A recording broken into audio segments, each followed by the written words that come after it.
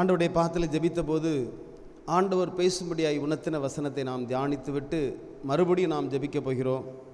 ஆண்டவர் அற்புதத்தை செய்வார். ஆமேன். எனக்கு அன்பானவர்களே, ஏசப்பாவுக்கு தெரியும் இன்றைக்கி இந்த விடுதலை கூட்டத்தில் எத்தனை பேர் நாம் கலந்து கொள்வோம் என்று சொல்லி ஆண்டவருக்கு தெரியும். அது மாத்திரமல்ல, திங்கட்கிழமை இது டிவியில் ஒளிபரப்பாகும்போது அதை எத்தனை பேர் பார்ப்பார்கள் என்று சொல்லியும் ஆண்டவருக்கு தெரியும். எனக்கு அன்பானவர்களே, அதனால் எல்லாருடைய உள்ளங்களையும் வேதத்தில் நாம் பார்க்குறோம். உலகத்தில் இருக்க 800 கோடி ஜனங்களுடைய உள்ளங்களையும் ஒரே அமைப்பில் அறிந்திருக்கிற ஆண்டவர் நம்முடைய ஆண்டவர். ஆமேன். தோற்றங்கள், நினைவுகள் எல்லாவற்றையும் அறிந்திருக்கிற ஆண்டவர். அவருக்கு தெரியும் இன்றைக்கு எந்த வார்த்தை கொண்டு பேசி உங்களை பலப்படுத்த வேண்டும் என்று சொல்லி அந்த வார்த்தை கொண்டு ஆண்டவர் உங்களோடு பேசுவார். எனக்கு அன்பான எல்லாருக்கும் தெரிந்த வசனம் நீதிமொழியின் புஸ்தகம் 23ஆம் அதிகாரம் 17வது 18வது வசனத்தை நான் படிக்கிறேன், கவனமாக கேளுங்க. உன் மனதை பாவிகள் மேல் பொறாமை கொள்ள விடாதே, நீ நாடோறும் கர்த்தரை பற்றும் பயத்தோடு இரு, நிச்சயமாகவே முடிவு உண்டு, உன் நம்பிக்கை வீண் போகாது. ஆமென். எனக்கு அன்பானவர்களே, இன்றைக்கு ஆண்டவர் இந்த விடுதலை கூட்டத்துக்கு உங்களோடு பேசுகிற வார்த்தை உன் நம்பிக்கை வீண் போகாது. ஆமேன். எனக்கு அன்பானவர்களே, உன் நம்பிக்கை வீண் போகாது. ஆமேன். ஆண்டவர் கொடுத்த இந்த வார்த்தைக்காக கைகளை தட்டி கர்த்தர் நாமத்தை மைப்படுத்துவோம். ஹல்லேலூயா. ஆமேன். எனக்கு அன்பா எல்லாரும் அப்படியே கண்களை மூடி, ஆண்டவரே நீங்கள் பேசுங்கப்பா, மனுஷனுடைய சத்தத்தை நாங்கள் கேட்க வரல. ஆண்டவரே, இந்த மனுஷனை மறைத்து நீங்கள் பேசுங்க. எல்லாரும் அப்படி கண்களை மூடி ஆண்டவர் நோக்கி நாம் ஜெபிக்கலாம். எல்லாரும் பாரத்தோடு நீங்கள் தான் பேசணும்ப்பா. ஆமேன். எல்லாரும் ஜெபிங்க பார்க்கலாம். ஆமேன். அப்பா, பிள்ளைகளோடு பேசி பிள்ளைகளை பலப்படுத்தும் இயேசுவின் நாமத்தில் பிதாவே. ஆமேன். எனக்கு அன்பானவர்களே, ஆண்டவர் வார்த்தை கொண்டு என்னோடு பேசி என்னை பலப்படுத்துகிறார் என்று சொல்லி நீங்கள் விசுவாசித்து அந்த வார்த்தையை ஏற்றுக்கொள்ளும் போது அந்த அற்புதத்தை நாம் இன்றைக்கு நாம் பெற்றுக்கொள்ளலாம். எனக்கு அன்பானவர்களே, ஆமேன். நெடுங்காலமாய் காத்திருக்கிறது இருதயத்தை இளைக்க பண்ணும், விரும்பினது வரும்போது அது ஜீவ விருட்சம் போல் இருக்கும் என்று சொல்லி நாம் இதே நீதிமொழிகள் புஸ்தகத்திலே நாம் பார்க்கிறோம். எனக்கு அன்பானவர்களே, ஒருவேளை காத்திருந்து நீங்கள் சோர்ந்து போயிருக்கலாம், ஆனால் விரும்பினது வரும்போது அது ஜீவ விருட்சம் போல் இருக்குமா? கைகளை தட்டி கர்த்தர் நாமத்தை மைப்படுத்தும். ஹல்லேலூயா. ஆமென். எனக்கு அன்பானவர்களே, நிச்சயமாகவே முடிவு உண்டு, உன் நம்பிக்கை வீண் போகாது. நிச்சயமாகவே முடிவு உண்டு. ஆமேன். எனக்கு அன்பானவர்களே, எந்த ஒரு காரியனாலும் சரி அதுக்கு ஆரம்பமும் முடிவு உண்டு. ஆமேன். அது மாத்திரமல்ல, உன் நம்பிக்கை வீண் போகாது. இது யாரை பார்த்து சொல்கிறார்னா, அவருடைய பிள்ளைகளை பார்த்து சொல்கிறார். ஆண்டவருக்கு பயந்து வாழ்கிற பிள்ளைகளை பார்த்து சொல்கிறார். நீ நாடோறும் கர்த்தரை பற்றி பயந்தோடு இரு. யாரை பார்த்து சொல்கிறாரு? ஆண்டவருக்கு பயந்து வாழ்கிற பிள்ளைகளை பார்த்து சொல்கிறார். நிச்சயமாகவே முடிவுண்டு, உன் நம்பிக்கை வீண் போகாது. இந்த வார்த்தை யாருக்குன்னா இது நமக்கு தாங்க. ஆமேன். ஆண்டவரை ஆராதிக்கிற பிள்ளைங்க, ஆண்டவரோடு ஐக்கியப்படுற பிள்ளைங்க, ஆண்டவருடைய இரத்தத்தால் கழுவப்பட்டு பரிசுத்த ஆவியின் அபிஷேகத்தை பெற்று அந்த பாவமன்னிப்பு நிச்சயத்தை பெற்று மூழ்கி ஞானஸ்தானம் எடுத்து ஆண்டவரோடு இளைத்திருக்கிற பிள்ளைகளை பார்த்து அவர் சொல்லுகிறார், நிச்சயமாகவே முடிவுண்டு, உன் நம்பிக்கை வீண் போகாது. எனக்கு அன்பானவர்களே, நிச்சயமாகவே முடிவுண்டு, உன் நம்பிக்கை வீண் போகாது. இந்த வார்த்தை எந்த இடத்துலையும் யாருமே பேசுனதில்லை. எந்த ஒரு புக்லையும் இதை பார்க்க முடியாது, எந்த ஒரு புஸ்தகத்திலையும் இந்த வார்த்தையை நம்ம பார்க்க முடியாது. பைபிளில் தான் பார்க்க முடியும். எனக்கு அன்பானவர்களே, நிச்சயமாகவே முடிவுண்டு, உன் நம்பிக்கை வீண் போகாது. ஒருவேளை எதிர்காலத்தை குறித்து நீங்கள் கலங்கி கொண்டு இருக்கலாம், ஒருவேளை ஒரு பயத்தோடு இருக்கலாம். எனக்கு அன்பானவர்களே, அதாவது மற்றவர்களை போல நமக்கு நடந்துருமோ, கைவிடப்பட்டுருவோமோ என்று சொல்லி நீங்கள் நினைக்கலாம். எனக்கு அன்பானவர்களே, ஆண்டவர் இன்றைக்கு உங்களை பார்த்து சொல்லுகிறார், நிச்சயமாகவே முடிவு உண்டு, உன் நம்பிக்கை. நீ யாரை நம்பி நீ எதிர்பார்த்து கொண்டிருக்கிறியோ கண்டிப்பாக உன் நம்பிக்கை வீண் போகாது. எனக்கு அன்பானது ரொம்ப முக்கியமான ஒரு நிச்சயமாகவே முடிவுண்டு. எல்லாருக்கும் நிச்சயமாகவே முடிவுண்டுங்க. நமக்கு மாத்திரமல்ல, எல்லாருக்கும் நிச்சயமாகவே முடிவுண்டு. ஆனால் உன் நம்பிக்கை வீண் போகாது. கைகளை தட்டி கர்த்தர் நாமத்தை மைப்படுத்தும். ஆமென். எனக்கு அன்பான இது எல்லாரும் சொல்லுவாங்க, அப்படி தானே? புறஜாதிக்காரனும் சொல்லுவான், நிச்சயமாகவே முடிவு உண்டுன்னு சொல்லுவான். ஆனால் பைபிள் என்ன சொல்லுது? உன் நம்பிக்கை வீண் போகாது. ஆமேன். எனக்கு அன்பானவர்கள், நீ எதிர்பார்க்கிற காரியம் அது நடக்குமா? ஆமேன். நீ ஆண்டவரை நம்பி நீ எதை எதிர்பார்க்குறியோ அது நடக்குமா? எனக்கு அன்பானவர்களே, ஆமேன். நெடுங்காலமாக காத்திருக்கிறது நம்முடைய இருதயத்தை அப்படியே இழைக்க பண்ணும். சோர்ந்து போயிடுவோம். ஆனால் விரும்பினது வரும்போது அது ஜீவ விருட்சம் போல் இருக்குமா? அப்படிதான் ஆண்டவர் நம்மை நடத்துவார். எனக்கு அன்பான இந்த கிறிஸ்தவ ஜீவியம், அதாவது இந்த ஆவிக்குரிய அனுபவம், ஆவிக்குரிய அனுபவத்தில் வாழ்கிறவங்க ஈஸியாக எதையும் நம்ம பெற்றுக்கொள்ள முடியாதுங்க. காத்திருந்து தான் வாங்க முடியும். அது தெரியுமா? அது யாரெல்லாம் உணர்றீங்க அவங்க மாத்திரம் கையை தூக்குங்க பார்க்கலாம். நமக்கு பெயர் கிறிஸ்தவங்களுக்கும் நமக்கும் ரொம்ப வித்தியாசம் உண்டு. நல்லா நீங்கள் இப்போ புறஜாதியை நம்ம சொல்லாண்டாங்க. பெயர் கிறிஸ்தவங்களுக்கும் நமக்கும் ரொம்ப வித்தியாசம் உண்டு. அவங்களுக்கு அப்பப்போ எல்லாமே கிடைச்சிடும், ஆனால் நமக்கு லேட்டாக கிடைக்கும். லேட்டாக கிடைச்சா அதில் துன்பம் இருக்காது. புரியுதா உங்களுக்கு நான் சொல்கிறது? அதனால தான் சொல்கிறார், நிச்சயமாகவே முடிவு உண்டு நம்பிக்கை வீண் பார்க்க. அதில் ஒரு வார்த்தை விட்றாரு பாருங்க, அதில் உன் மனதை பாவிகள் மேல் பொறாமை கொள்ள விடாதே. பெயர் கிறிஸ்தவன் இப்படி இருக்கிறானே, அவன் இப்படி இருக்கிறானே, அவன் வீடை கட்டிட்டான், அவன் அதை செய்துட்டான், இதை செய்து விட்டான், அவனுக்கு நிறைய இடங்கள் இருக்குது, அவன் சேஃப்டி பண்ணி வச்சிருக்கிறான், அவன் குடும்பம் அப்படி இருக்குது இப்படி இருக்கு என்று சொல்லி பாவிகள் மேல் நீ பொறாமை கொள்ள விடாதே. உன் மனதை போட்டிருக்கு பாருங்க, அதில் என்ன போட்டிருக்கு? நீ நாடோர் உன் பொறாமை கொள்ள விடாதே, நீ நாடோறும் கர்த்தரை பற்றும் பயத்தோடு இரு. எனக்கு அன்பானவர்களே, நிறைய வசனங்கள் நம்ம சங்கீத புஸ்தகத்தில் பார்க்கிறோம். துன்மார்க்கன் மேல் பொறாமை கொள்ளாத, துன்மார்க்கனுடைய வாழ்வை நீ பார்க்காத. எனக்கு அன்பானவர்களே, இன்றைக்கு அப்படி தான் இன்றைக்கு அநேகர் பார்த்து சோர்ந்து போயிட்டீங்க. எனக்கு அன்பானவர்களே, நிச்சயமாகவே முடிவுண்டு. உங்கள் நம்பிக்கை என்ன செய்யாது? வீண் போகாது. உன் நம்பிக்கை வீண் போகாது. ஆமேன். எனக்கு அன்பானவர்களே, நீங்கள் என்ன ஏமில் இருக்கீங்க? ஆவிக்குரிய பிள்ளைங்க என்ன ஏமில் இருப்பாங்க? உண்மையிலே அதை கர்த்தர் நிறைவேற்றுவாராம். ஒருவேளை நீ ஆவிக்குரிய பிள்ளை என்று சொல்லி நடித்து கொண்டு நீ ஒரு உலகத்தான போல வாழ்ந்து கொண்டிருந்து உலக ஆசீர்வாதத்துக்காக நீ அதையே நான் நம்பி இருக்கிறேன் அப்படின்னு சொல்லி நீ வாழ்ந்தானா ஏமாந்து போயிடுவா. சொல்ல உங்களுக்கு புரியுதா? அதனால தான் நீ பாவிகள் மேல் நீ பொறாமை கொள்ளாதே, கர்த்தரை பற்றி பயத்தோடு இரு. நிச்சயமாகவே உன் முடிவுண்டு, உன் நம்பிக்கை வீண் போகாது. அதாவது ஆண்டவர் உனக்கு கொடுக்கிற ஆசீர்வாதம் அவருடைய நாமம் மைமைக்கா இருக்கணும். அது மாத்திரமல்ல, அது முடிவிலே அது பரலோகத்து தரிசனத்தோடும் பரலோகத்துக்கு போகத்தக்க ஆசீர்வாதமாக இருக்கணும். அதை மீறி நீ ஏதாவது ஆசீர்வாதத்தை நீ புறஜாதியை போல பெயர் கிறிஸ்தவரில் போல அதே எதிர்பார்த்து வாழ்ந்து கொண்டிருந்தானா ஏமாந்து போயிடுவா. புரியுதா உங்களுக்கு நான் சொல்கிறது? அதனால தான் பாவிகள் மேல் நீ பொறாமை கொள்ள விடாதே, உன் மனதை பாவிகள் மேல் பொறாமை கொள்ள விடாதே, நாடோறும் கர்த்தரை பற்றும் பயத்தோடு இரு. ஆண்டவர் என்னை பார்த்து கொண்டிருக்கிறார், அவர் என்னுடைய நினைவுகளை பார்த்து கொண்டிருக்கிறார், என்னுடைய சிந்தைகளை பார்த்து கொண்டிருக்கிறார். நான் பொறாமைப்படுகிறது, நான் பெருமைப்படுகிறது, நான் கோபப்படுகிறது, நான் பேசுகிறது, நான் கெட்ட வார்த்தை பேசுகிறது, இதெல்லாம் ஆண்டவர் என்னை பார்த்து கொண்டிருக்கிறார். ஆண்டவர் என்னை பார்த்து கொண்டிருக்கிறார் என்று சொன்னால் நான் பாவம் செய்ய மாட்டேங்க. பைபிள் சொல்லுது, தீமையை வெறுப்பதே கர்த்தருக்கு பயப்படுகிற பயம் என்று சொல்லி. கண்பானவர்களே, ஆண்டவருக்கு பயப்படுகிற ஒரு பயம் இருக்கா? யோசித்து பாருங்க, பார்க்கலாம். ஆமீன். என்ன கண்பானவர்களே, அவர் ஒருபோதும் நம்மளை கைவிட மாட்டார். அவர் உங்கள் மேலே அன்பு வச்சிருக்கிறார். ஆண்டவரை குறித்து ஒரு பயம் இருக்கா? எல்லாவற்றையும் நியாயம் தீர்ப்புள்ள நாட்களில் அவர் கணக்கு கேட்பார். உங்களுடைய தரிசனம் எப்படி இருக்கு? யோசித்து பாருங்க, பார்க்கலாம். 100க்கு 100 பவுல் சொல்றார், நம்முடைய சிந்தனைகளை குறித்து நம்முடைய தோற்றங்களை குறித்து நியாய தீர்ப்பு நாட்கள் அவர் நியாயம் தீர்ப்பாராம். எனக்கு அன்பானவர்களே, நிச்சயமாகவே முடிவு உண்டு, உன் நம்பிக்கை வீண் போகாது. நிச்சயமாகவே நம்ம வேதத்தில் பார்க்கிறோம். பைபிளில் ஒரு அருமையான ஒரு வசனம் யோபு சொல்லுவார். யோபு 13ஆம் அதிகாரம் 15ஆம் வசனத்தில், கர்த்தர் என்னை கொன்று போட்டாலும் அவர் மேல் நான் நம்பிக்கையாக இருக்கிறேன் பாரு. எவ்வளோ அருமையான ஒரு வார்த்தை பாருங்க.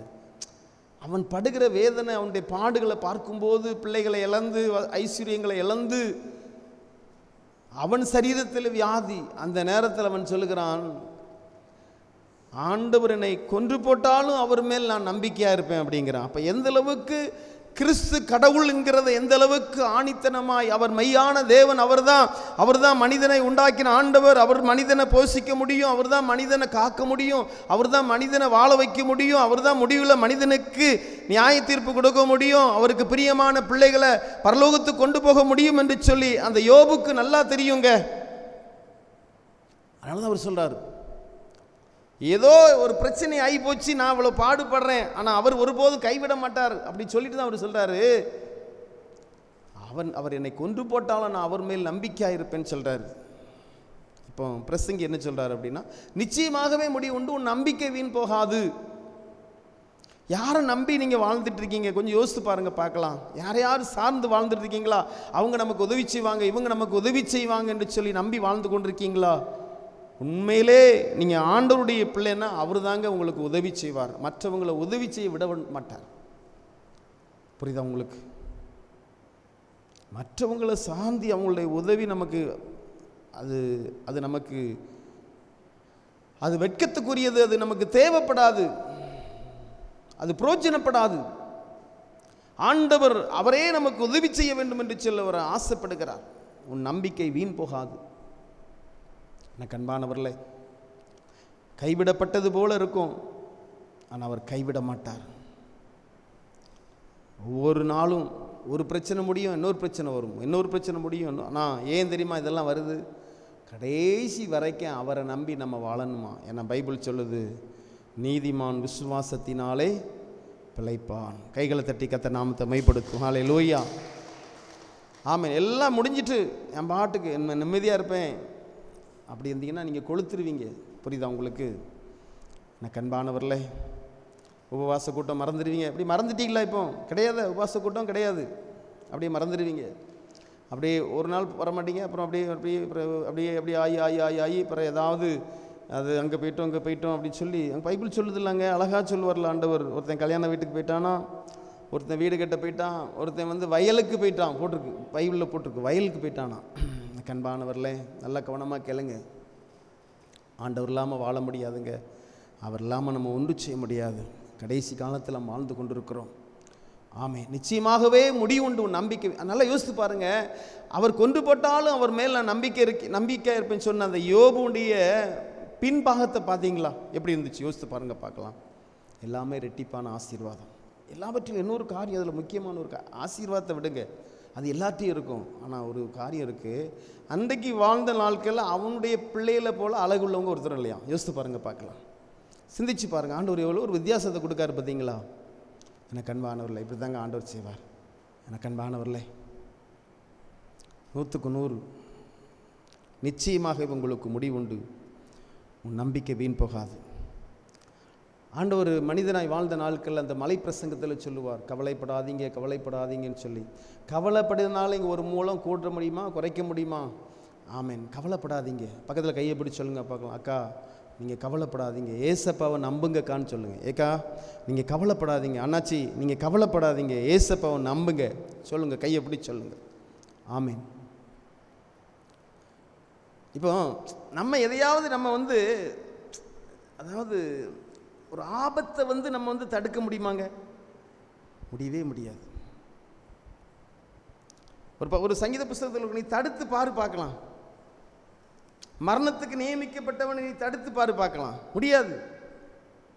எப்படிங்க முடியும்? எதையுமே ஒன்றுமே நம்ம செய்ய முடியாது. நோய் உள்ளவங்களுக்கு நம்ம சுகம் கொடுக்க முடியுமா? கொடுக்க முடியாது.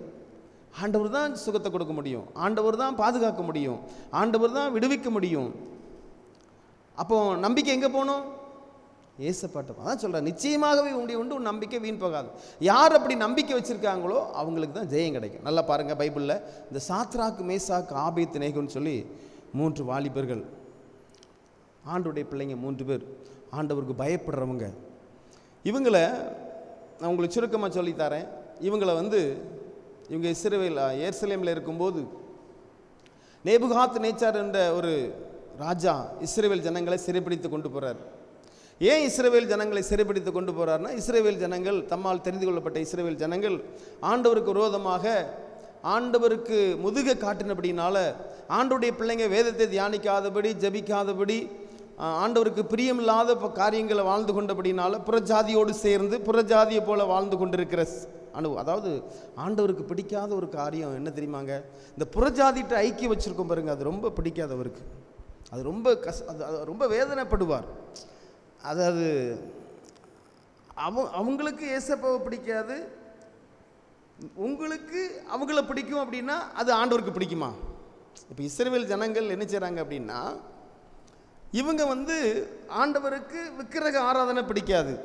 அவர் கடவுள், எல்லாவற்றையும் படைத்த ஆண்டவர், எல்லாவற்றையும் உருவாக்கினவர், வெறும் களிமண்ணை கொண்டு மனுகுலத்தை உண்டாக்கின ஆண்டவர். அந்த மனுஷனை அந்த ஜனங்களை எப்படி வழி நடத்தினார் என்று சொல்லி நமக்கு தெரியும்.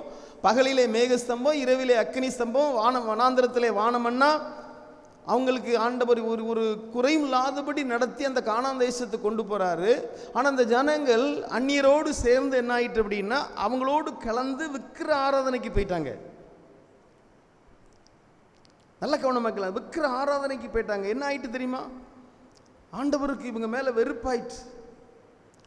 உடனே அந்த நேபுகாத்து நேச்சார் இடத்துல ஆண்டவர் அவங்களுடைய தம்மால் தெரிந்து கொள்ளப்பட்ட ஜனத்தை ஆண்டவரை பிடித்து கொடுக்கார். அவன் இஷ்டத்துக்கு என்னமும் பண்ணிட்டு போறான் என்று சொல்லி விடுகிறார். அவன் சிறை பிடிக்கும் போது சாத்ராக், மேசாக், ஆபேத் நேகோ என்ற இந்த 3 வாலிபர்களும் அந்த சிறைப்பிடிக்கப்பட்ட வாலிபர்கள். இவங்க ஆண்டவருக்கு பயந்தவங்க, ஆண்டவர் மேலே வைராக்கியம் உள்ளவங்க, ஆண்டவருக்கு பயந்து நடுக்கிற. ஏன்னா எப்படி தெரியும் அப்படின்னு பார்த்தீங்கன்னா, உங்களை எல்லாருக்கும் தெரியும், தானியேல் புஸ்தகம் முதல் புஸ்தகத்திலே 1ஆம் அதிகாரத்திலே நம்ம பார்க்கும்போது, அந்த ராஜா கொடுக்கிற அந்த ஆகாரத்தோட தீட்டு என்று சொல்லி அதை அறிந்து கொண்டு அதுக்கு விலக்கி பாதுகாத்து கொள்ளப்பட்டாங்க. அந்த அளவுக்கு ஆண்டவருக்கு பயப்படுகிற ஒரு பயம் அவங்களுக்குள்ள இருந்துச்சு.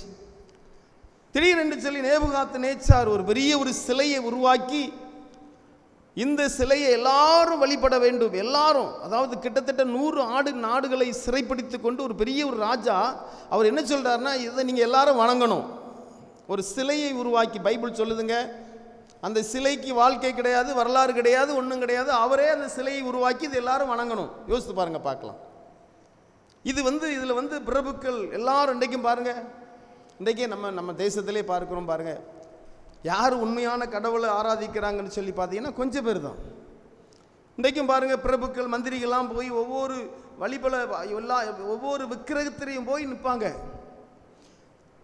அதே போல தான் அன்றைக்கு நேபுகாத் நேச்சார் ஒரு பெரிய ஒரு சிலையை உருவாக்கும் போது, இதை யாராவது வணங்காதபடி இருந்தீங்கன்னா அவங்களுக்கு மரண தண்டனை என்று சொல்கிறார். அதுவும் ஒரு கொடிய மரண தண்டனை. என்ன மரண தண்டனைனா, அக்கினி சூளையில் கொண்டு போடப்பட்டுருவோம் அப்படின்னு சொல்லி எல்லா பிரபுக்களும் எல்லா தேசாதிபதிகளும் எல்லாரும் வணங்குறாங்க. மேலே தாளங்கள் போடும்போது, மேளங்கள் வீசும்போது அப்படியே எல்லாரும் அதை போய் வணங்கி கொண்டிருக்கிறாங்க. இந்த சாத்ராக், மேசாக், ஆபேத் என்ற 3 வாலிபர்களும் அதை வணங்கலை. இதை போய் ராஜாட்ட சொல்லும்போது ராஜாவுக்கு கோபம் வருது. ராஜா என்ன சொல்கிறார், இன்னும் 7 மடங்கு அந்த அக்கினி சுலை இன்னும் 7 மடங்கு கூட்டுங்க அப்படிங்கிறாரு. நிறைய விறகுகளை போட்டு அந்த அக்கினியை அப்படியே கொதிக்க கொதிக்க அப்படியே அந்த கந்தகம் அப்படியே எரிஞ்சு கொண்டு இருக்கிறது. இவங்கள்ட்ட கேட்குறாங்க, சிலையை வணங்கி இன்னொருக்கா நாங்கள் மேலே வாத்தியங்கள் போடும்போது நீ வணங்க முடியுமா, நீங்கள் வணங்க முடியுமான்னு சொல்லி கேட்கும்போது அவங்க 3 பேரும் என்ன சொல்கிறாங்க தெரியுமா, நாங்கள் ஆராதிக்கிற தேவன் எங்களை தப்புவிக்கவர் வல்லவராயிருக்கிறார். ராஜாவை உம்முடைய கைக்கு அக்கினி ஜூலைக்கு எங்களை விடுவிக்கவர் வல்லவராயிருக்கிறார். விடுவிக்காம போனாலும் அந்த பொற்சிலையை நாங்கள் வணங்க மாட்டோம், விடுவிக்காம போனாலும் அந்த பொற்சிலையை நாங்கள் வணங்க மாட்டோம். இன்றைக்கு எப்படி இருக்கு தெரியுமா? பணத்துக்காகவும் மற்ற காரியத்துக்காகவும் ஆண்டவரை நாம் விட்டு கொடுத்துடுறோம். அவருடைய பாதத்தில் நம்மளால் இருக்க முடியல. எனக்கு வேலை அதிகமாக இருக்கு என்று சொல்லி இந்த ராஜா இந்த சாத்ராக், மேசாக், ஆபேத் நேகோ சொல்கிறாங்க, விடுவிக்காமல் போனாலும் நாங்கள் அந்த பொற்சிலையை நாங்கள் வணங்க மாட்டோம், நாங்கள் ஆண்டவரை தான் நம்பி நாங்கள் வாழ்ந்துட்டு இருக்கிறோம். இந்த மரண தண்டனைன்னு சொல்லி சொன்னாலும், அது அக்கினி சூளையில் போட்டாலும் சரி, நாங்கள் அதை வணங்க மாட்டோம். அப்படி ராஜாவை உம்முடைய கைக்கு நீங்களாக்கி எங்கள் ஆண்டவர் எங்களை விடுவிப்பார் என்று சொல்லி ஆண்டவரே நம்பி இருக்கிறாங்க. என்ன நடந்துச்சு பார்த்தீங்களா? இன்றைக்கு பாருங்க, உலகத்துக்கு முதலிடம் கொடுத்துட்டு ஓடிக்கொண்டிருக்கிறாங்க, நேரத்தை ஆண்டவருக்கு செலவழிக்காதபடி. இன்றைக்கி ஆண்டவருடைய பாதத்தில் இல்லாதபடி சரீரத்தில் பலவீனத்தோடு இருக்கிறீங்க. பலவீனமான போது ஜெபிக்க முடியாது, ஆண்டவரை ஆராதிக்க முடியாது. அதனால தான் பிரசங்கி சொல்லும்போது, உன் வாலிப பிராயத்திலே உன் சிருஷ்டிக்கிற நினை தீங்கு நாட்கள் வராதற்கு முன்னும் என்று சொல்லி. பலவீனம் கைகாலெலாம் கிடுகிடு ஆடின பிறகு முழங்காலில் நிற்க முடியாது. கையில் புக்கை வச்சு கர்த்தரை ஆராதிக்க முடியாது. பலன் இருக்கும்போது ஆண்டவருடைய பாத்தில் இருக்கணுங்க. இந்த சாத்ராக்கு மேசாக்கு பலன் எல்லாம் வேலைக்குன்னு சொல்லி வயல்லையும் மற்ற வேலைகளையும் செய்து உங்கள் பலனெல்லாம் அங்கே கொண்டு விட்டுட்டு ஊழியக்காரரை பார்த்து நீங்கள் எனக்கு ஜோம்னுங்கன்னா பரலோகத்துக்கு போக முடியுமாங்க? முடியவே முடியாது. நீங்கள் நல்லா வேலை செய்து நல்லா வீட்டுக்கு உழைச்சி போடுங்க, உங்களுக்குள்ள சரீரம் பலவீனமாகும். பிற ஊழியக்காரங்களை கூப்பிட்டு எனக்கு ஜோம்னுங்க. யோசித்து பாருங்கள், இது எவ்வளோ வேடிக்கை. யோசித்து பாருங்கள், பார்க்கலாம், சிந்திச்சு பாருங்கள், பார்க்கலாம். பைபிள் சொல்லுது, நம்மெல்லாம் கிரயத்து கொள்ளப்பட்டவங்களாம், ஆவினாலும் சரீரத்தினாலும் தேவனை மையப்படுத்துன்னு சொல்லி போட்டிருக்கு. யோசித்து பாருங்கள், பார்க்கலாம். கூட்டம் அங்கே வியாழக்கிழமை ஒரு கூட்டம், இந்த வாரம் அந்த கூட்டம், அந்த வாரம் இந்த கூட்டம்னு சொல்லி ஒவ்வொரு கூட்டத்துக்கும் அலைஞ்சி கூட்டத்துக்கு போனால் போதும். வேதனையாக இருக்குது. ஒரு அம்மா முத்தின விசுவாசி சொல்கிறாங்க, எங்கெல்லாம் கூட்டம் நடக்கும் நான் அங்கெல்லாம் போவேன். நீ வயசான காலத்தில் நீ வீட்டிலேருந்து ஜீவிச்ச உனக்கு ஆசீர்வாதம். ஏதாவது ஒரு கூட்டத்தில் ஐக்கியப்படணும். எனக்கு அன்பானவர்களே, காரணம் என்ன தெரியுமா? இவங்க ஆண்டவரை நம்பலைங்க, ஊழியக்காரரை நம்புகிறாங்க. ஆண்டவருக்கு நேரத்தை கொடுக்கல. ஏசப்பாட்ட கொஞ்ச நேரம் பேசினா அவர் நமக்கு விடுதலை கொடுப்பார். நமக்கு வேதத்தை தியானித்தா நம்ம ஆத்துமா பலவீனம் பலப்படும், நமக்கு விசுவாசம் பெருகும், நமக்கு பரிசுத்தம் பெருகும் என்று சொல்லி தெரியாதபடி இன்றைக்கு வாழ்ந்து கொண்டு இருக்கிறாங்க. எனக்கு அன்பானவர்களே, இந்த சாத்ராக்கு மேசாக்கு ஆபேத்நேகோ என்ன சொன்னாங்க தெரியுமா? நாங்கள் பொற்சிலையை வணங்க மாட்டோம். ஆமாம், நாங்கள் ஆண்டவரை நம்பி இருக்கிறோம், என்ன வேணாலும் பண்ணு. என்ன நடந்துச்சு சொல்கிறாங்க, விடுவிக்காமல் போனாலும் அந்த பொற்சிலையை நாங்கள் வணங்க மாட்டோம். ராஜாவுக்கு இன்னும் அதிகமாக கோவம் வருது. அவங்கள பிடிச்சி அக்கினி சூழலில் போட போகிறாங்க. அங்கே கொண்டு போய் போட போகிறவங்களே கருகி மறிச்சிட்டாங்க.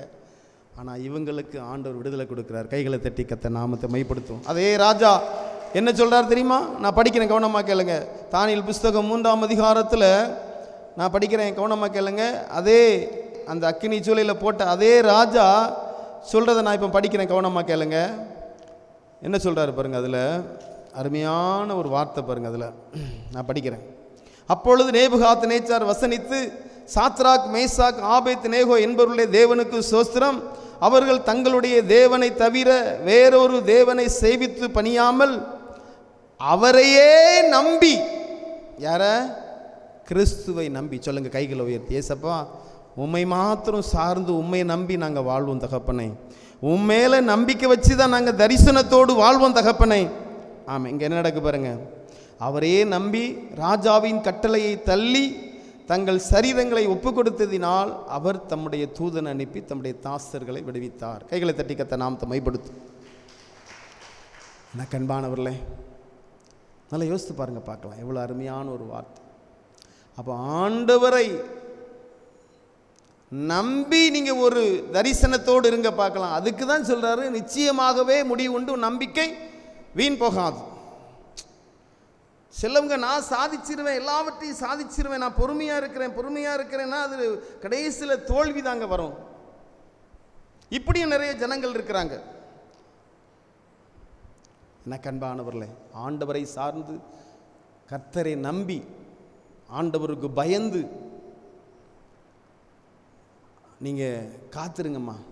கண்டிப்பாக 100க்கு 100 நீங்கள் எதை விரும்புகிறீங்களோ அது கிடைக்கும். ஆமென். இப்படியே நாம் ஜீவிக்கும்போது திரும்ப நமக்கு தரிசனம் எப்படி மாறும் தெரியுமா? பரலோக தரிசனம் வரும். பரலோக தரிசனம் வந்துடும். அதுக்கு காலங்கள் உண்டு. அப்படி நாள்பட ஒவ்வொரு தரிசனத்தையே நம்பி, பைபிள் சொல்லுது, ஆண்டவர் கொடுத்த வாக்குத்தத்தை நம்பி ஆபிரகாம் விசுவாசத்திலே வல்லவன் ஆனானா. புரியுதா உங்களுக்கு? அதே போலதான் அந்த ஆண்டவரையே நம்பி அப்படியே நாம் வாழும்போது நிச்சயமாகவே நம்ம முடிவு அது வீண் போகாது. இங்கே என்ன நடக்குது? சாத்ராக் மேசாக்கு ஆபேத்நேகோ என்னங்க நடந்துச்சு யோசித்து பாருங்க. இதோட இன்னொரு காரியம், என்ன காரியம் அப்படின்னா உங்களுக்கு சுருக்கமாக சொல்லித்தரேன். எசேக்கியா ராஜா வாழ்ந்த நாட்களில் யூதா ஜனங்களை எதிர்த்து, யூதா ராஜாவை எதிர்த்து அசரிய ராஜா சனகெரிப்ங்கிறவன் தன்னுடைய மந்திரிமார்கள் 3 பேரை அனுப்பி இந்த ராஜாட்டையும் யூத ஜனங்களை பார்த்து அவன் பேசுகிற ஒரு காரியம், அவங்க பேசுகிற காரியம் என்ன அப்படின்னா, இந்த எசேக்கியா ராஜா கர்த்தரை நம்ப பண்ணுவான், அவன் சொல்ல நீங்க கேட்காதீங்க. எங்க ராஜா, இந்த அசீரிய ராஜா, அந்த சனகரிப், அவர் பெரிய அவர் எதெல்லாம் சொல்றாரோ அதுதான் நடக்கும், அவருக்கு நீங்க கீழ்ப்படிந்து வாழுங்க. யாரை பார்த்து சொல்றாங்க? யூத ஜனங்களை பார்த்து, ஆண்டவரால் தெரிந்து கொள்ளப்பட்ட யூத ஜனங்களை பார்த்து அசீரிய ராஜா, அந்த அவங்களுடைய ராஜா, அந்த சனகரிப்பு சொல்லிவிட்ட அந்த மந்திரிமார்கள் இஸ்ரவேல் ஜனங்கள்ட்ட, அந்த யூதா ஜனங்கள்ட்ட இப்படி பேசுகிறாங்க. நீங்கள் எசேக்கியா ராஜாவை நீங்கள் நம்பாதீங்க, நீங்கள் அவன் சொல்ல நீங்கள் நம்பாதீங்க, அவன் கர்த்தரை நம்ப பண்ணுவான், அவன் ஆண்டவரை தான் நம்ப பண்ணுவான், உங்களுக்கு தோல்வி வந்துடும். என்னங்க நடந்துச்சு? ஜெபிக்கிறார் எசேக்கியா ராஜா, ஆண்டவரே இதை நான் கேட்கணுமா? உம்முடைய நாமத்தை நிந்திக்கிறான் ஆண்டவரே, உம்முடைய ஜனங்களை நிந்திக்கிறான்ப்பா. கொஞ்சம் ஜெபிக்கும் போது என்னங்க நடந்துச்சு? என்ன நடந்துச்சு சொல்லுங்க பார்க்கலாம். பைபிள் சொல்லுது, இதற்காக எசேக்கியா ராஜாவும் ஏசாயா தீர்க்கதரிசி வானத்தை நோக்கி அபயம் இட்டார்களாம். ஆண்டவரே நீர் எங்கே இருக்கிறீர்? இறங்கும், இறங்கும் அப்பா, இறங்கும். என்னங்க நடந்துச்சு? தேவன் தம்முடைய சேனை அனுப்பி 1,80,000 பேரை ஆண்டவர் அந்த அசீரியா அந்த தேச ஜனங்களை ஆண்டவர் அழிக்கிறார். அது மாத்திரமல்ல, அந்த சனகரிப் என்ற ராஜா அவன் குமாரனை அவனை கொலை செய்கிறான் என்று சொல்லி பைபிள் சொல்லுது. எனக்கு அன்பானவர்களே, என்ன நடந்துச்சு பார்த்தீங்களா? ஆண்டவரை நம்ப பண்ணுறவங்களுக்கு விரோதமாக வந்தவங்க என்ன பாடுபட்டாங்க பாருங்க, யோசித்து பாருங்க, பார்க்கலாம். ஒரு கூட்டமே அழிந்து விட்டது. இன்னைக்கு நான் கர்த்தரை நம்பி வாழ்றேன்னா சிலவங்களுக்கு அது நக்கலாக இருக்கும். எனக்கு 100க்கு 100 நீங்கள் வெட்கப்பட மாட்டீங்க. நிச்சயமாகவே முடிவு உண்டு, உன் நம்பிக்கை வீண் போகாது. எந்த ராஜா அக்கனி சூளையில் போட்டாரோ அதே ராஜா இவங்களுடைய தேவன் தான் உண்மையான தேவன் என்று சொல்லி அறிக்கை பண்ணுறாங்க. எனக்கு அன்பானவர்களே, ஆண்டவர் ஒருபோதும் உங்களை கைவிட மாட்டார். நிச்சயமாகவே முடிவு உண்டு, உன் நம்பிக்கை வீண் போகாது. பாவிகள் மேல் உன் மனதை பொறாம கொள்ள விடாத. அவங்க அப்படி இருக்கிறாங்க, இவங்க இப்படி இருக்கிறாங்க. எனக்கு அன்பானவர்களே, எனக்கு போதும், உள்ளது எனக்கு போதும். ஆமேன். எதை தான் நம்ம உழைக்க உழைக்க உழைக்க உனக்கு பலவீனம் தான் வரும். பணம் சேரும்னு நினைக்கிங்களா? எனக்கு அன்பானவர்களே, நல்லா கவனமாக கேளுங்க. பலவீனமாகி சீக்கிரம் போயிடக்கூடாது. அதுக்கு தான் இன்றைக்கி ஆண்டவர் இந்த வார்த்தை கொண்டு உங்களோடு பேசுகிறார். ஆமேன். ஆண்டவர் உங்களுக்கு ஆரோக்கியத்தை கொடுப்பார். அவருக்கு பிரியமாக இருங்க, அவருக்கு நேரத்தை கொடுங்க, அவரே நம்பிடுங்க. அவர் ஒருபோதும் உங்களை கைவிட மாட்டார். கைகளை தட்டி கத்த நாமத்தை மைப்படுத்தும். நல்ல கவனமாக கேளுங்க. என் கணவர் ரட்சிக்கப்படணும், என் மனைவி ரட்சிக்கப்படணும், என் பிள்ளைகள் ரட்சிக்கப்படணும். ஆண்டவரே என் பிள்ளை பைபிள் எடுத்து தியானிக்கணும். ஆண்டவரே உமக்கு பயப்படணும். என் பிள்ளை பாவம் செய்யக்கூடாது, என் பிள்ளை குடிக்கக்கூடாது. ஆண்டவரே என் பிள்ளை உமக்கு பிரியமாக வாழணும், பரலோகத்துக்குரியவனாக மாறணும். என் மருமக அப்படி இருக்கணும், என் பிள்ளை அப்படி இருக்கணும், என் கணவர் அப்படி இருக்கணும், என் மனைவி அப்படி இருக்கணும், என் பிள்ளைகள் வாலிப பிள்ளைகள்லாம் ஆவிக்குரிய பிள்ளைகளாக மாறணும். ஆண்டவரே உமக்கு பிரியமாக இருக்கணும்ப்பா, விசுவாசம் பரிசுத்தம் பெருகணும் ஆண்டவரே என்று சொல்லி அப்படி ஒரு தரிசனத்தோடு நீ வாழ்ந்தீங்கன்னா ஆண்டவரை நம்பி என் பிள்ளை ஆண்டவர் கைவிட மாட்டார். என்ன இரத்தத்தால் கழுவின ஆண்டவர், என்னை அபிஷேகித்த ஆண்டவர், என்னை பரிசுத்த பாதையிலே வழிநடத்துகிற ஆண்டவர், எனக்கு பாவத்தை குறித்து நீதி குறித்து உணர்த்துகிற ஆண்டவர் ஒருபோது என்னுடைய குடும்பத்தை கைவிடவே மாட்டார், என்னை போல குடும்பத்தை மாற்றுவார் என்று சொல்லி ஒரு தரிசனத்தோடு ஆண்டவர் நம்பி நீ இருந்தீங்கன்னா கண்டிப்பாக அது நடக்குமா? யாரெல்லாம் நம்புறீங்க? அதாவது நம்ம பயப்படுறோம், அப்படிதானே? சில நேரத்தில் இன்னைக்கு அந்த பயத்துக்கு ஒரு முற்றுப்புள்ளி. பயப்படுறோம், ஐயோ அது நடக்குமோ இது நடக்குமோ, என்னையும் சேர்த்தான் சொல்கிறேன். பயப்படுறோம் சில நேரத்தில். இனி என்ன செய்யணும் தெரியுமா? ஆண்டவரே நீங்கள் பார்த்து, இதான் கர்த்தரை நம்புகிற ஒரு ஜீவியங்க. நீங்கள் பார்த்துக்கொள்வீங்கப்பா, நீங்கள் பார்த்துக்கொள்ளுங்க. உம்முடைய கரத்தில் இந்த பிள்ளைகளை ஒப்பு கொடுக்குறேன், என் மனைவியை உம்முடைய கரத்தில் ஒப்பு கொடுக்குறேன், என் பிள்ளைகளை உம்முடைய கரத்தில் ஒப்பு கொடுக்குறேன், நீங்கள் பார்த்துக்கொள்ளுங்க, நீங்கள் பார்த்துக்கொள்ளுங்கப்பா. ஆமாம். என்ன கண்பானவர்களே, நம்மளை விட நம்ம பிள்ளைகள் மேலே ஆண்டவருக்கு கரிசனை உண்டு தெரியுமா உங்களுக்கு? நம்மளை விட நம்ம பிள்ளைகள் மேலே ஆண்டவருக்கு கரிசனை உண்டுங்க. அவர் கைவிட மாட்டார். ஆமேன். நான் யோசித்து பார்ப்பேன். இப்போ எங்கள் அம்மா நாங்கள் சின்ன பிள்ளைகளாக இருக்கும்போது நல்லா ஜெபிப்பாங்க எங்களுக்காக. இப்போ எங்கள் அம்மா எப்படி ஜெபிப்பாங்க அப்படின்னா, எங்கள் பாதுகாப்புக்காக ஜெபிப்பாங்க. நாங்கள் பாதுகாக்கப்படணும்னு சொல்லி ஜெபிப்பாங்க. ஆனால் அந்த நேரத்தில் நாங்கள் ரட்சிக்கப்படணும், ஊழியம் பண்ணணும் இப்படி சொல்லி அவங்க ஜெபிக்கலை. நான் சொல்கிறேன், இப்போ எங்கள் அக்காவும் பக்கத்தில் தான் இருக்கா, இங்கே தான் இருக்கா. எங்கள் அம்மா எப்படி ஜெபிப்பாங்கன்னா, நாங்கள்லாம் பாதுகாக்கப்படணும், எங்கள் அக்காவுக்காக, எங்கள் அத்தானுக்காக, எங்களுக்காக, எல்லாருக்காகவும் பாதுகாக்கணும். இப்போ நாங்கள் எப்படி ஜெபிக்கிறோம் தெரியுமா? அதான் வித்தியாசம். புரியுதா உங்களுக்கு? உண்மையிலே ஆண்டவர் அந்த ஜெபத்துக்கு எங்களை பாதுகாக்கும். ஆனால் எங்களை ரட்சித்தார், ஆண்டவர் அபிஷேகித்தார், ஊழியத்தை கொடுத்தார். ஆனால் இப்போ நாங்கள் எப்படி ஜெபிக்கிறோம்? ஆண்டவரே, பிள்ளைகள் ரட்சிக்கப்படணும்ப்பா, என் கூட பிறந்தவங்க ரட்சிக்கப்படணும், எங்கள் அண்ணன் பிள்ளைகள் ரட்சிக்கப்படணும், எங்கள் அக்கா பிள்ளைகள் ரட்சிக்கப்படணும், குடும்பத்தில் ரட்சிக்கப்படணும், இந்த தெருவில் ரட்சிக்கப்படணும், இந்த ஏரியா ரட்சிக்கப்படணும், கூடார பிள்ளைகள் குடும்பமாக ரட்சிக்கப்படணும், எல்லா ஜனங்களும் ரட்சிக்கப்படணும். யோசித்து பாருங்க, பார்க்கலாம். இப்போ ஜெபம் எங்கே போயிட்டு நான் சொல்கிறேன், உங்களுக்கு புரியுதா? எனக்கு அன்பானவர்களே, நல்ல கவனமாக, நிச்சயமாகவே முடிவு உண்டு. நம்பிக்கை என்ன செய்யாது? வீண் போகாது. இப்படியும் சிலர் ஜெபிக்காமலே பிள்ளைகளை வளர்த்துருக்காங்க, பார்த்துருக்கீங்களா? அந்த பிள்ளைகள் நல்ல கவனமாக கேளுங்க, அது ரட்சிக்கப்பட்ட சான்ஸ் இல்லைங்க. நல்ல கவனமாக. முதல்ல எங்கள் அம்மா ஜெபிக்கும் போது எங்களுக்கு அது ஒரு பைத்தியம் போல தெரிஞ்சுது. நல்லா சிந்திச்சு பாருங்க.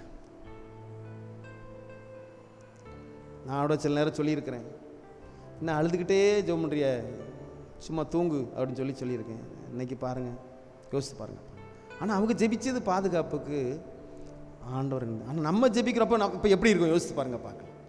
அப்போ இப்போ நம்ம ஜெபிக்கும்போது கண்டிப்பாக நம்முடைய சந்ததி கர்த்தர் ஆசீர்வதிப்பார், ஆசீர்வதிக்க மாட்டார். எனக்கு அன்பானவர்களே, கடைசி காலத்தில் வாழ்ந்து கொண்டு இருக்கிறோம். உண்மையிலே நிச்சயமாகவே முடிவுண்டு. உன் நம்பிக்கை வீண் போகாது. இனி எதை குறித்து நீங்கள் கலங்காதீங்க, ஆண்டோடைய கரத்தில் ஒப்பு கொடுங்க. ஆமீன். எந்த அளவுக்கு அதிகமாக நீங்கள் ஜெபிக்கிறீங்களோ அந்த அளவுக்கு சீக்கிரமாக அவங்க ரட்சிக்கப்படுவாங்க. இது யாரெல்லாம் நம்புறீங்க? சோர்ந்து போயிட்டீங்கன்னா அது அப்படியே சோர்ந்து போயிடும். புரியுதா உங்களுக்கு? எல்லோரும் எழுந்து நிற்கலாமா தேவ சமூகத்தில்? ஆமேன். ஆண்டவரே, உடைய வார்த்தை கொண்டு பிள்ளைகளோடு பேசினீர், உமக்கு நன்றி. நிச்சயமாகவே முடிவுண்டு, நம்பிக்கை வீண் போகாது. ஆமேன் அப்பா. பிள்ளைகளை நீர் உயர்த்துகிறபடியால் உமக்கு நன்றி. பிள்ளைகளுக்கு இருக்க பயம் நீங்கி போனபடியால் உமக்கு நன்றி. தொடர்ந்து நீங்கள் நடத்துங்க, இயேசுவின் நாமத்தில் பிதாவே. என் ஆத்துமாவே கர்த்தரை சோஸ்தரி, என் முழுவதுமே பிரஸ்த நாமத்தை சோஸ்தரி. என் ஆத்துமாவே கர்த்தரை சோஸ்தரி, அவர் செய்த சகல உபகாரங்களை மறவாதே. ஆமேன். அல்லேலூயா, அல்லேலூயா. ஆமாம். கர்த்தர் உங்களை ஆசீர்வதிப்பார்.